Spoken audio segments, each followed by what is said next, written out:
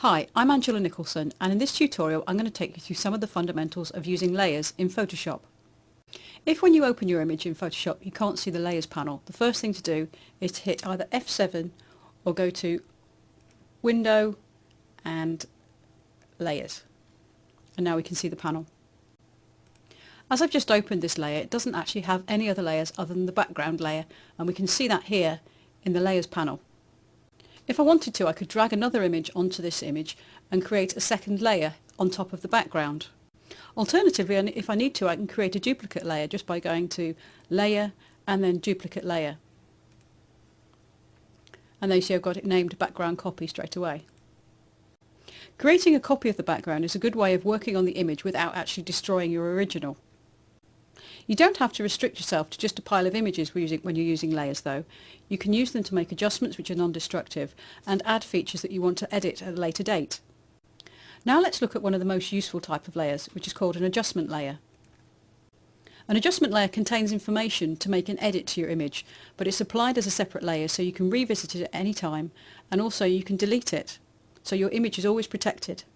I'm going to apply a curves adjustment layer to this image, and I can do that either by clicking on this icon, which produces a drop-down list, or visiting the menu bar up here and going to Layer, New Adjustment Layer, and then dropping down to Curves. And I'm just going to click OK. Now as you can see, I've got exactly the same controls as you expect to see with the normal curves control, and I can click and drag on the curve to manipulate the image. Here I'm just boosting the contrast, or I could decide to darken the sky. Once I'm happy with the adjustment I made, and I'm just going to darken the midtones a little bit more, I can just click on this icon to hide the adjustments. Now you'll notice that there is a white panel here, the layer mask thumbnail, and if I want I can add a layer mask to conceal some parts of the adjustment that I've just made.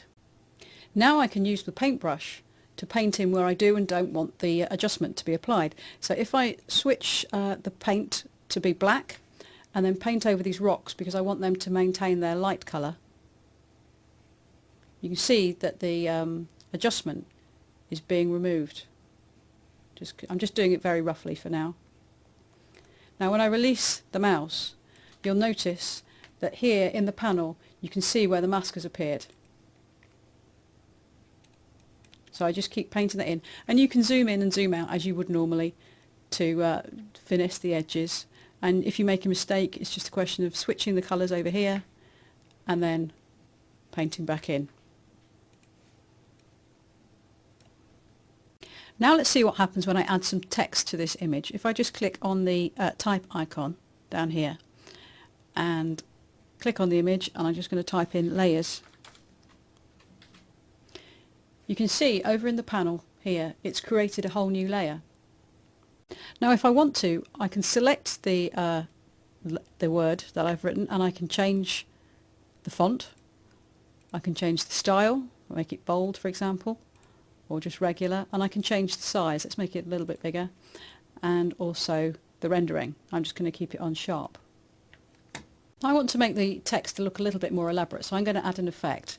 I'm going to start by adding a drop shadow, and that brings me up the layer style panel.